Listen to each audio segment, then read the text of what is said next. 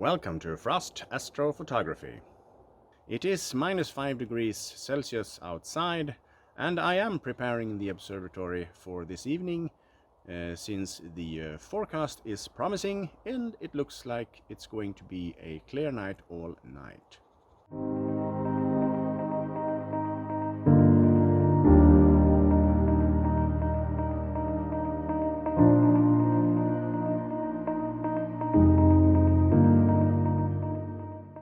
I'm going to image the double cluster of Perseus, and that is two clusters very close to each other. But as a twist here, I'm going to include HA data for the background, and I'm trying to gather as much of that as I can, since the HA in this region is very, very faint. This is the double cluster of Perseus, taken by me as one of my first images with a DSLR camera. I don't even remember how many frame this was, but I'm thinking it was just a few light frames of maybe 15-30 seconds each, I would say. As I mentioned in the introduction, this video is going to be a complete tutorial in PixInsight on how to process the Perseus double cluster with LRGB stars and HA background. Now, I don't have that much data that I would have liked for this project, so I think it is around 8 hours of HA data and then 20 frames each for LRGB for the stars. Let's get started. Now for this project, I have already gone through the pre-processing steps, and that is to calibrate my light frames for LRGB and HA, and also do a registration with star alignment. Starting with the calibrated and aligned frames, I have master for LRGB and HA, and as you can see, we need to do some dynamic cropping as a first step because we have some black lines here that are stacking artifacts. So maybe starting with the green or the red here. The red maybe as master, you can see that we need to crop a bit on the right side, a lot on the left, and a lot on the bottom side, and not that much or anything on the top frame. So we're starting with the dynamic crop here.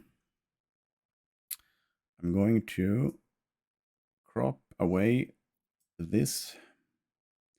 Also going to take just a little bit off the top here. Going to take a bit on the right to remove that. Like so, and we need to take some from the bottom, not to move the entire frame here, but something like that to remove those artifacts as well. Now we need to crop the frames exactly the same, so when I'm finished with the first one here, I'm going to take a new instance of this dynamic crop and apply it to the blue here. I'm going to apply it to my HA here. I'm also going to apply it to my green.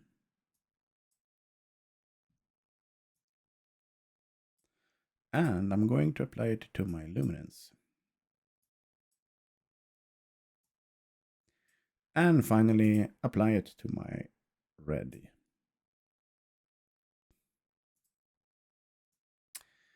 Now we have all 5 frames with the exact same crop. So I make it a habit of saving files for each step. So this is going to be the red, and I'm typing in _DC, that stands for dynamic crop. And I have a processing folder, and I like to keep it nice and neatly. So this is the linear phase, red DC. And this is going to be the luminance DC. Saving that also.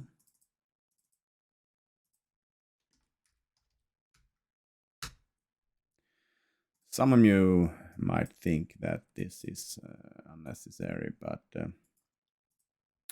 you know, the computer can crash. It takes too long to save the project, and I really want to be able to go back to each step at all times, and that require me to save files for each step of the process. So it's a bit extra work, but it's nice to have the files available, I would say. You can save them, or you can delete all of those middle files when you have finished with your project, or you can keep them to be able to revisit the project at a certain stage in the processing. So now we have LRGB,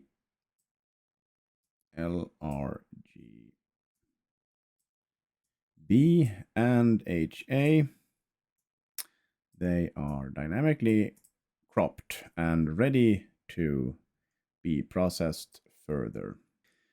The basic workflow for this special combination of LRGB stars and an HA background is to process all frames using the regular linear tools, and then remove the LRGB stars and save that file, and then remove the stars from the HA and work on that to really bring out the HA details, and use that image as a background, and then introduce back the LRGB stars, and hopefully it will look good.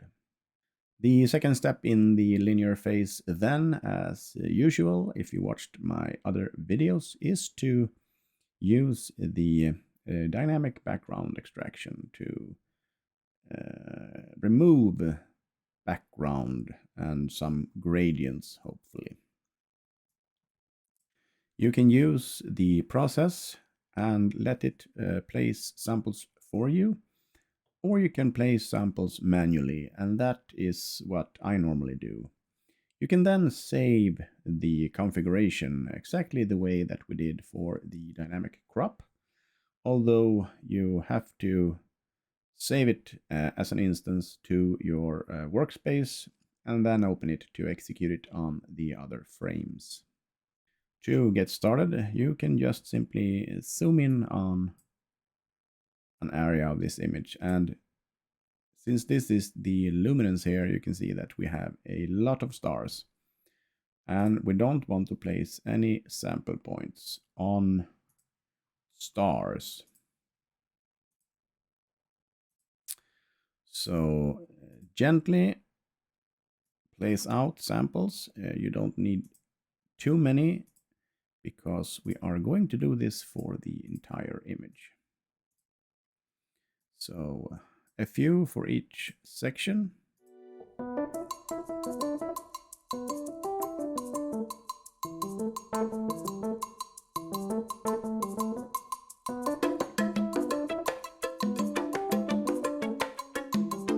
Now, when you are finished, you can see that we get a lot of black here, but there is some light pollution on the right side in this image that came from somewhere. So please ignore that we get a lot of black here.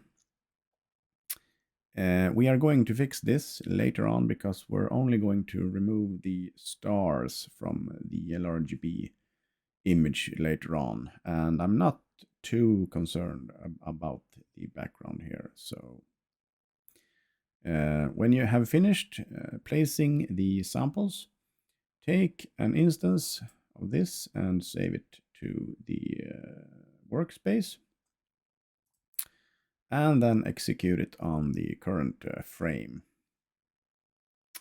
Now we are actually going to be needing to do this separately for the HA, because we have HA in the background and I do not want to remove that. So we get a new image that we are going to stretch for the screen, and the identifier is set. But if you want small characters like me, you can edit that manually and save the file as _dbe. Then we know that this has been fixed. So taking the red, open up this process. It will populate the samples, execute it, and then close the DBE and the background and the old frame. We can stretch this manually for the screen, and we can fix the identifier, and we can save that to the linear folder.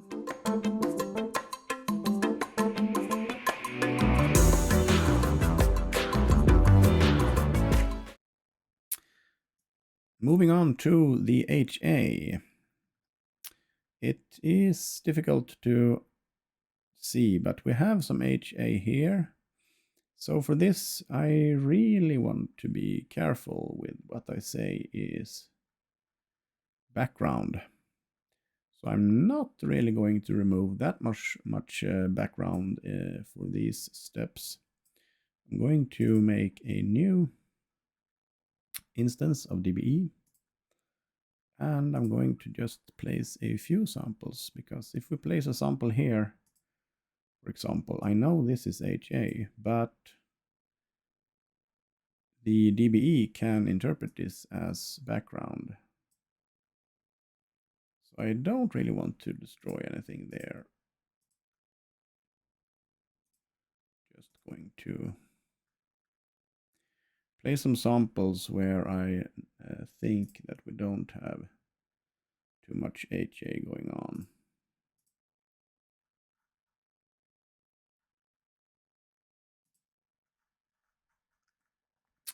I think it's really hard to tell at this stage. So better safe than sorry, I would say. We can always work with this file much more later on in this process, and not be afraid of removing any HA data. So I'm just going to run with that.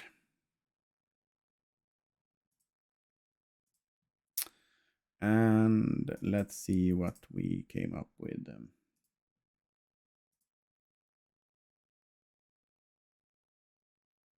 Yeah, I think we should leave it at that. And we're going to save that.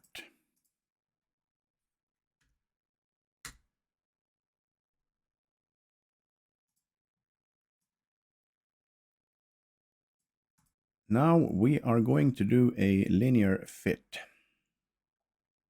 And we're going to do a linear fit because we want to have the same brightness for all of these frames. Well, most importantly, the LRGB, but I can use the HA frame as a reference here.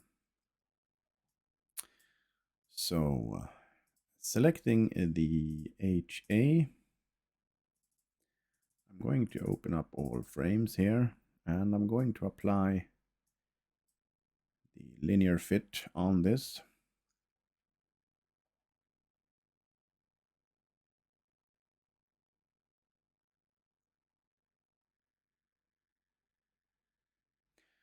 I'm going to remove and re-stretch it with the screen transfer function, and I'm going to name it LF for linear fit. And I'm going to save that file as well as linear fit.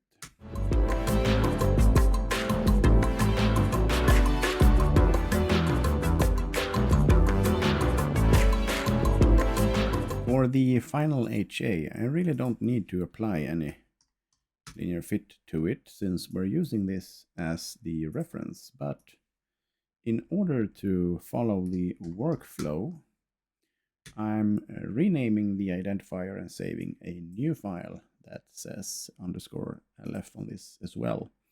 That way I know that these 5 are fitted to each other. Now the next step is to use deconvolution or something similar. I usually use a blur exterminator since that was made available to us.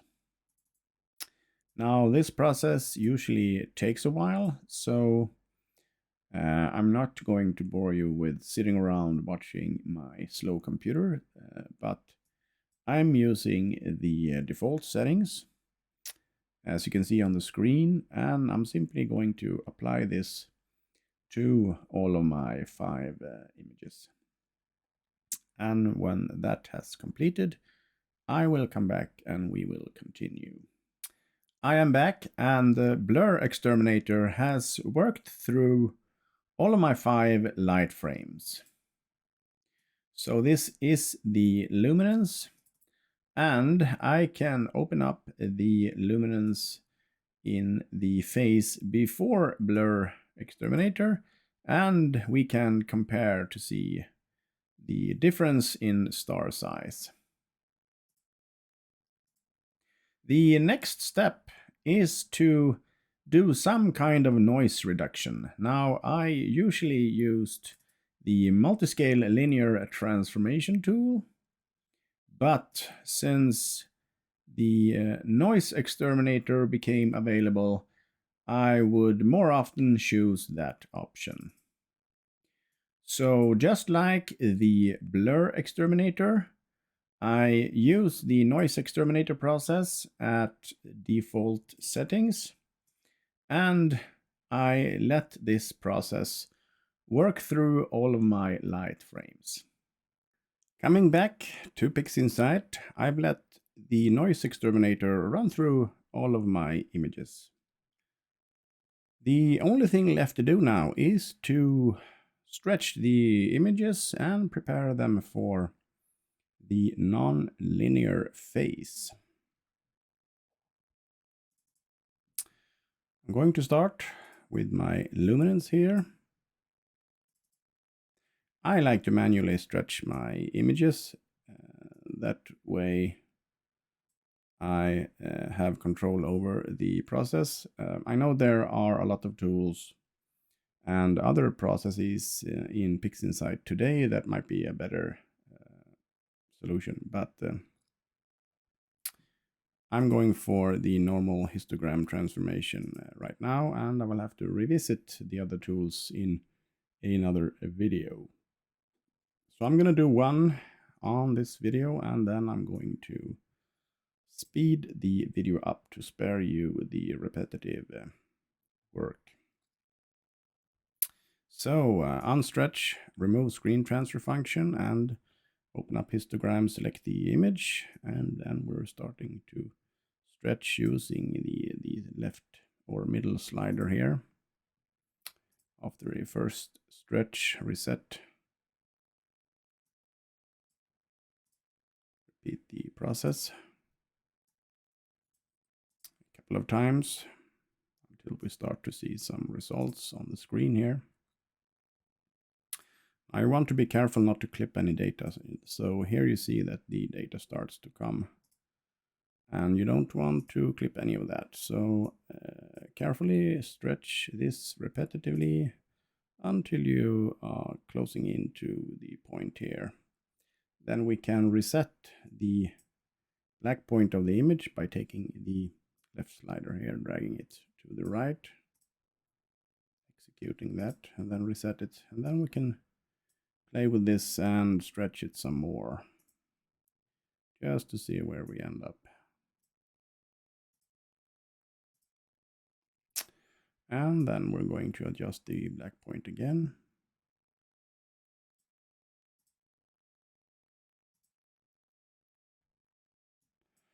Until we're starting to get the results that we want here. I would say this is a delicate balance of bringing out information and not clipping any data. We can see that we have some light pollution here on the right side of this. So I'm going to stop here, and I am going to save this only as L for luminance right now, and I'm going to select the nonlinear folder, and I will have this as an input file for the next step. Now this is the stretched luminance.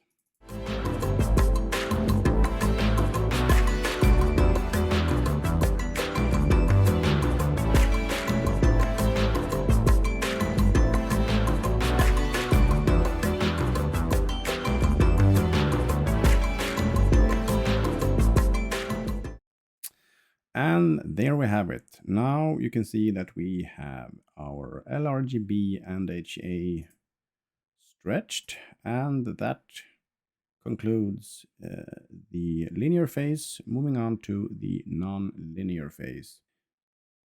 The first step in this processing of the double cluster with HA background is to join the LRGB images into an RGB color image. That is because I want to get the LRGB stars from that. I could make starless versions of all 5 frames and then join the star images for each frame, but I'm not sure if that's going to be the same quality. So I'm going to use the process of LRGB combination, and I'm going to select my L, R, G, and B frames here. I'm also going to click the chrominance noise reduction, and I'm going to apply that globally.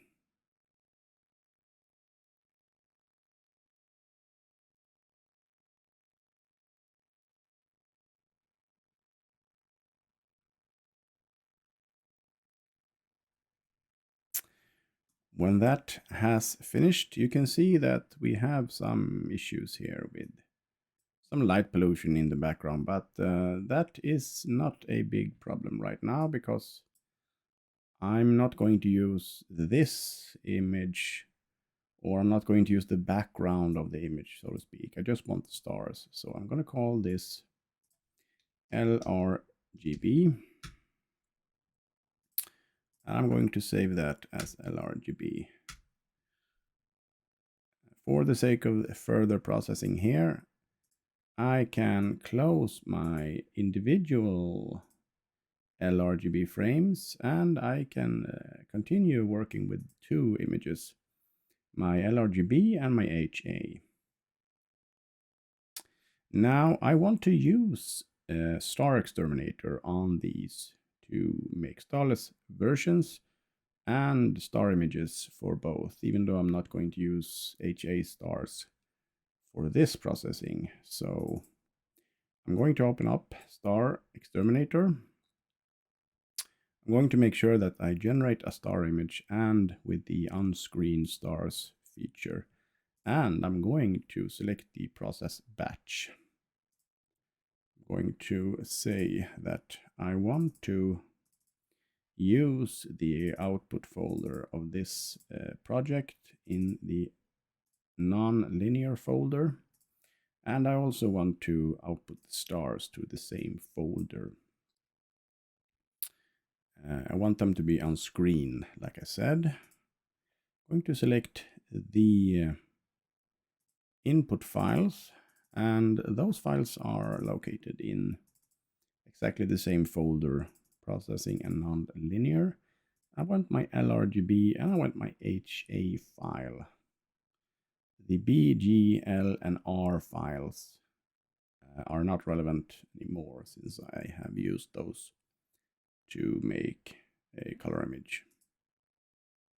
So I'm going to click OK. Then the Star Exterminator is going to work through these files, and when it is completed, I will come back and continue with this tutorial. Now the Star Exterminator process has finished,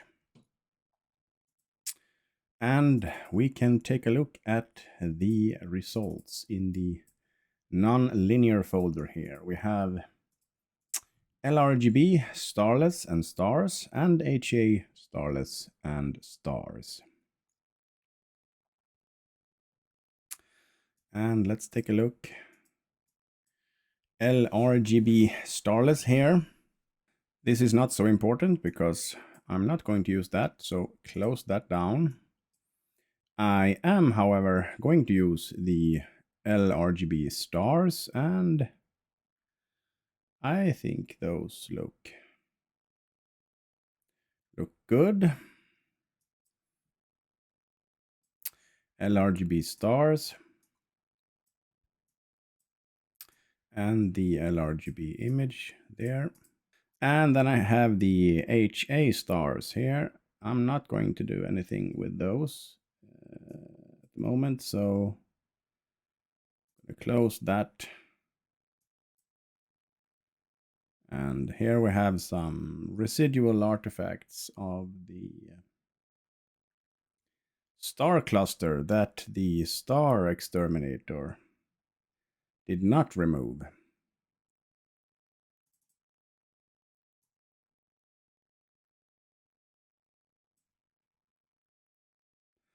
It's this very intense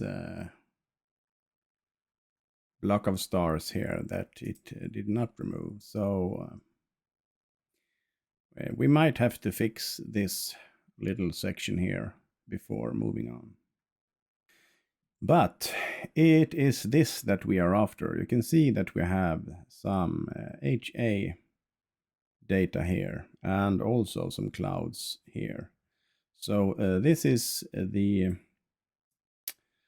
file that we are going to work with. And I think we're first going to remove that. I think I'm just simply going to use the clone stamp on that pile of stars. So I'm going to increase the radius and decrease the softness. And then I'm just going to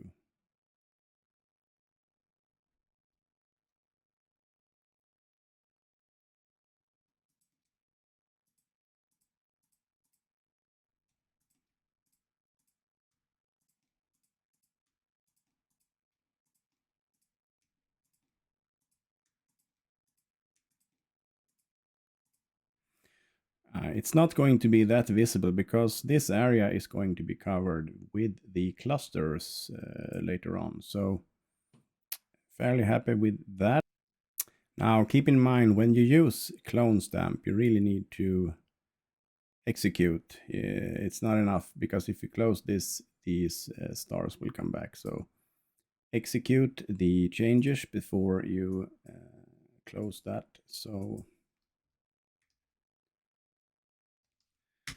I'm going to name that CS for clone stamp.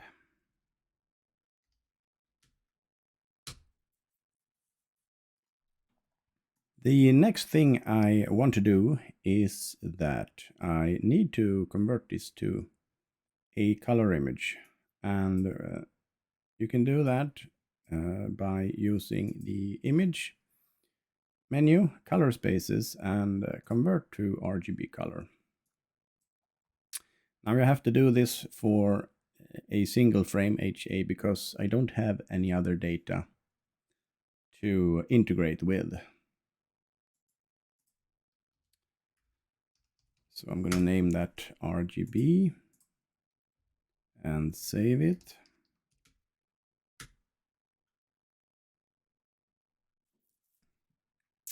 The goal here is to bring out the HA, and in natural color this is red, of course.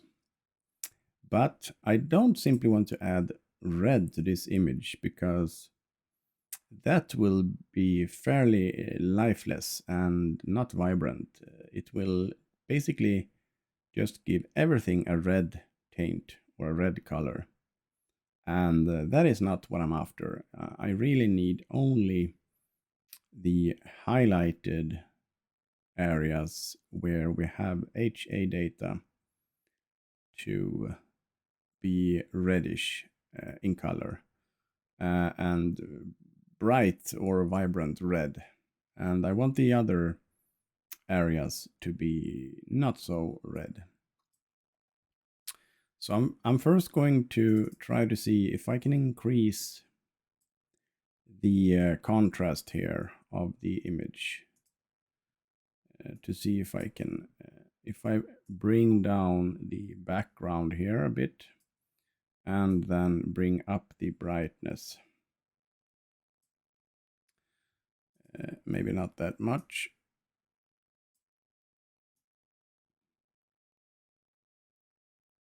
Well, it helps if you have more HA data. I should have taken around maybe 15-20 hours or even more on this target, but now I did not have that time, so this is only about 8 hours. And the HA in this area is very, very faint. Well, this is good to start with. I'm going to then make some kind of a mask. I want the mask to cover the non-HA areas, and I know it's pretty hard for this image, so I'm going to try and use a process to create this mask. You can do it a lot of different ways, but one way is to use the AC DNR filter. And I'm going to make a clone of this image, and I'm going to call it AC DNR mask. In this, I'm going to click lightness mask, and I'm going to expand the lightness mask section down here and click preview. Now I can play with the sliders here. The goal is to, reveal the darker structures here. That is H alpha. So I can use those to increase the red color in those areas and also make it a bit more vibrant, so to speak. Now, when we are happy with the settings, you simply drag this over to the AC DNR mask to apply it. And now we have a mask. We can close this and we can compare our HA Starless here with our AC DNR mask on the right here. We are going to apply this to our image.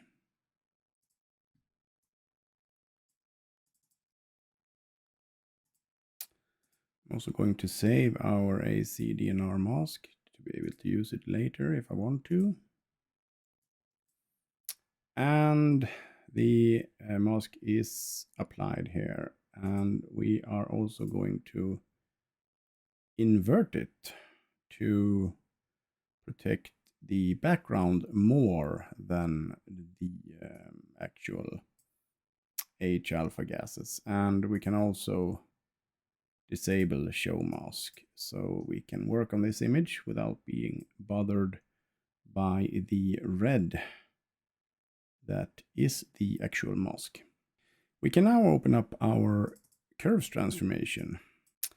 We can start with the red here, and we can open up a preview to see what we are working with. Now, one thing to know is that when you're working with manipulating a single color, you really need to adjust the other two colors in the RGB package as well to normalize or reset the brightness, because if you are continuously increasing one color and not touching the other two, then you will have a brightness problem really fast. So you can see here we can manipulate the red here. We can increase that a little bit. We can then decrease the green and decrease the blue a bit. We can apply that. We can apply that again.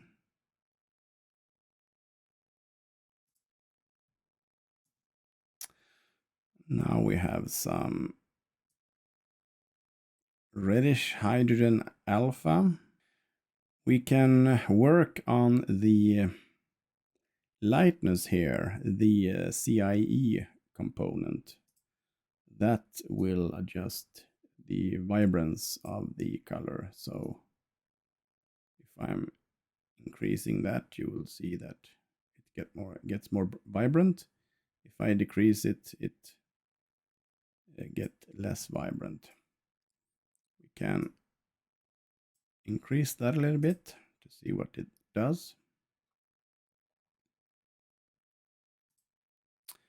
And we really don't want to add any more vibrance to that, I will say. We can also check on the saturation here. We can add some saturation to this red.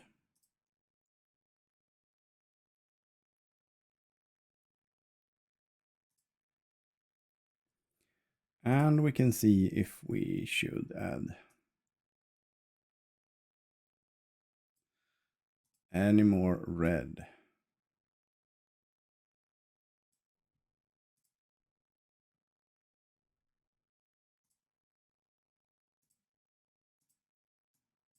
If we want to, we can adjust some curves here, and for that we're going to invert the mask to protect the HA areas. Open up curves transformation again, but this time we're going to manipulate the RGB channel, and we're going to open up a preview to see if we can even more darken the background there.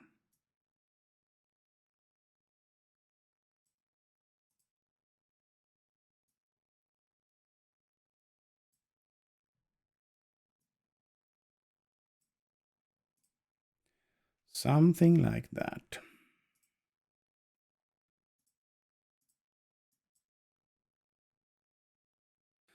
I'm fairly happy with that for the moment. I'm going to remove the mask, and I'm going to set this to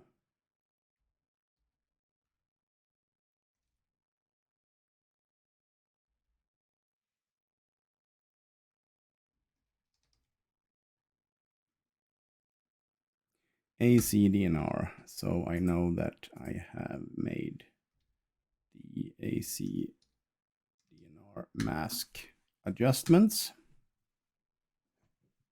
I'm going to continue with my normal workflow, and the next step here is to do some sharpening and noise reduction of the image.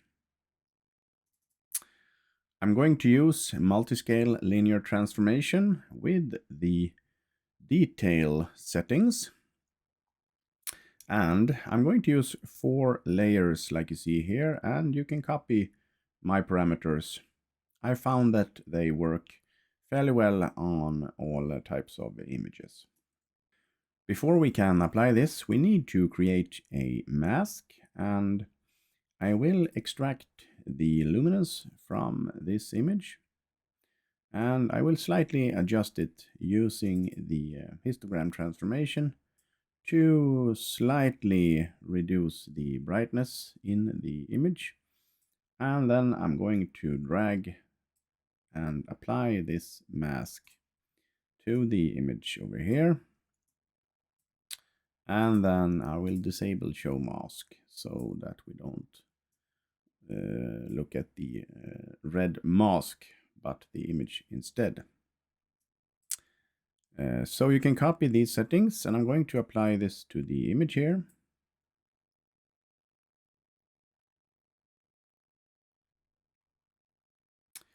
We didn't see much at that point, but that's okay. These changes are quite subtle. So we're going to close that, and we're going to continue with the same mask on using the unsharp mask tool at 0.9 and 0.8. And we're simply going to execute that as well.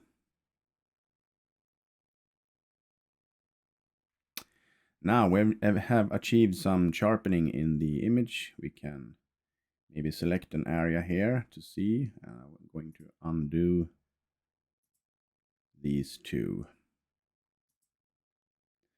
And you can see that we are slightly sharpening this image here, but not much. So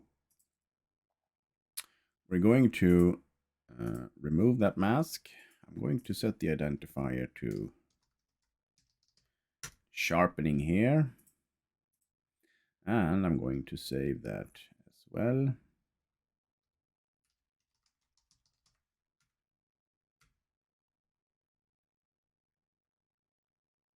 Like that.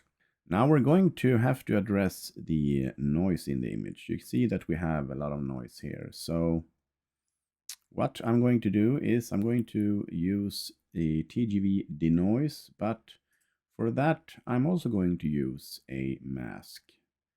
And this time we're going to use 2 masks. I'm going to extract the luminance once more, and I'm going to set the identifier to lum. I'm then going to copy that, because we're going to need 2 masks for this. So I'm going to set the identifier to TGV for this one. This is going to be a low contrast mask. So I'm going to open up curves transformation,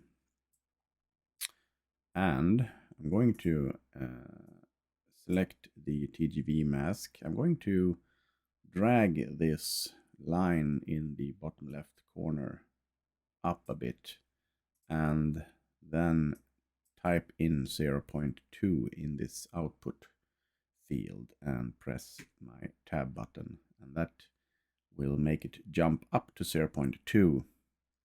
Now that is more precise than simply dragging it up there. So I'm going to do the same for the right side here, but instead of 0.2 I'm going to use 0.5. Then apply that. You will get an image looking something like this. In order to complete this mask here, I'm going to open up histogram transformation, and we're going to select our TGV mask. That is important. We're going to check where the histogram peak is on this image. It's about here. So we're going to take this middle lever here, drag it over to the left, so it will line up with the peak of this histogram, and apply that as well. Now we are finished with this mask, and we can apply it to the image. So in order to apply it, just take the TGV mask and drag it over to the other image. Don't apply it to the name here tab, apply it down here so that it will be on a separate tab. And you'll see that it is orange now, indicating that we have a mask on. In this case, we're going to invert it before we apply our process. So we are going to go to mask and invert mask. We're still not displaying the mask, so we can enable show mask if you want to, but I don't want that, so keep show mask off or disable it if you haven't got it off. Open up the TGV denoise process and expand the local support here. Select the luminance mask that we made before the TGV mask and check the settings here. You can manipulate these back and forth, but it's my preference to use 4, 2, and 2 on these settings, and 0.5, 0, and 1 on the local support settings down here. So simply apply that to the image.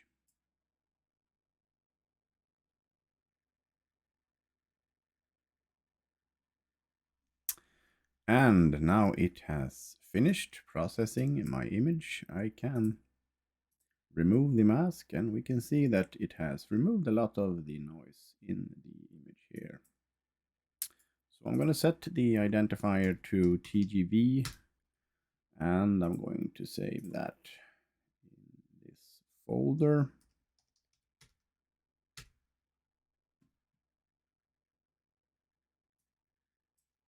And that concludes the sharpening and noise reduction of the image. We can now do some final adjustments to the colors if we want to. And I'm thinking I'm going to open up my curves transformation here, and I'm going to open up a preview, and we are going to explore and see if we want to slightly adjust the saturation here even more. Not much, but just a little bit.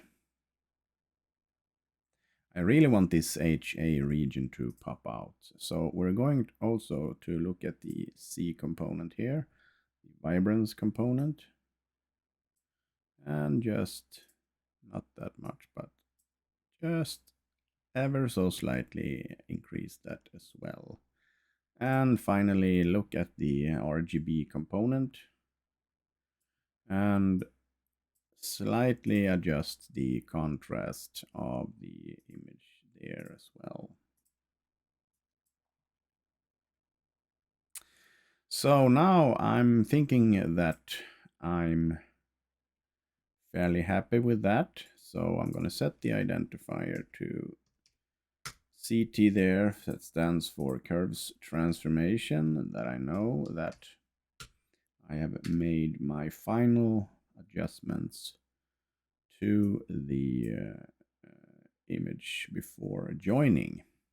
Now we are going to make a copy of that. I'm going to drag this up here, and I'm going to call this starless, just to make it easy on me for my pixel math combination. We're going to open up our LRGB stars here, and we are happy with those, so we don't have to do much. We're going to make a copy of that as well, and we're going to call them stars.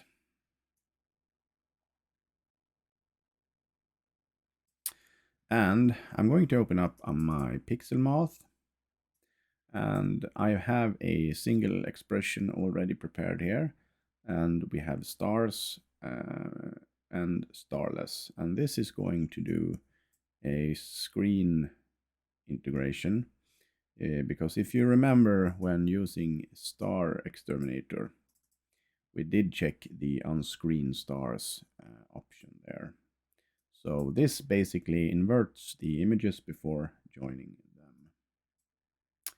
That could introduce some brightness, or it will do that, so we need to adjust curves after we have joined these two. But we're going to execute this,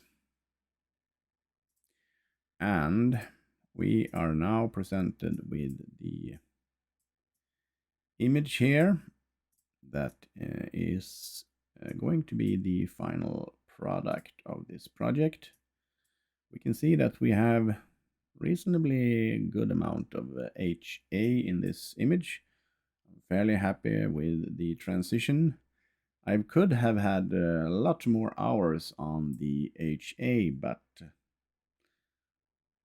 I can always add that some other time or another season. So we're going to open up Curves Transformation one last time and a preview, RGB, and we're going to slightly decrease the background and increase the contrast of this image. And then we end up with something like this. I'm going to set the identifier to HALRGB with LRGB stars, and I'm going to save that in the final folder.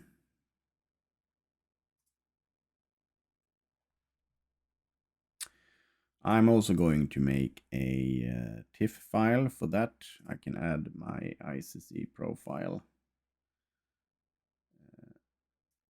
to the image here, and I can save that as a TIFF file so that I can open it in Photoshop or manipulate it further in Lightroom, for example, if I want to do that. So I'm going to change it to 16-bit. I'm going to name it and just enter my name here and save that as a TIFF file as well.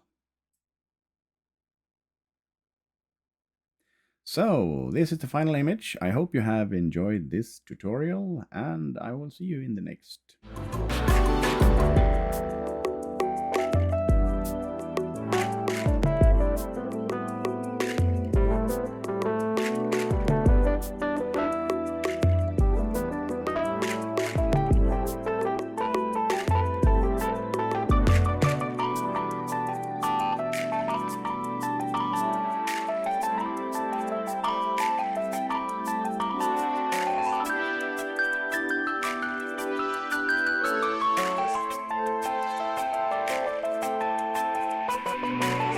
Thank you so much for watching this video, and if you like it, please give it a thumbs up and consider subscribing if you're not already doing so. If you want to support me and the work with these videos, there is an option listed in the video description. Until the next video, I wish you have clear skies.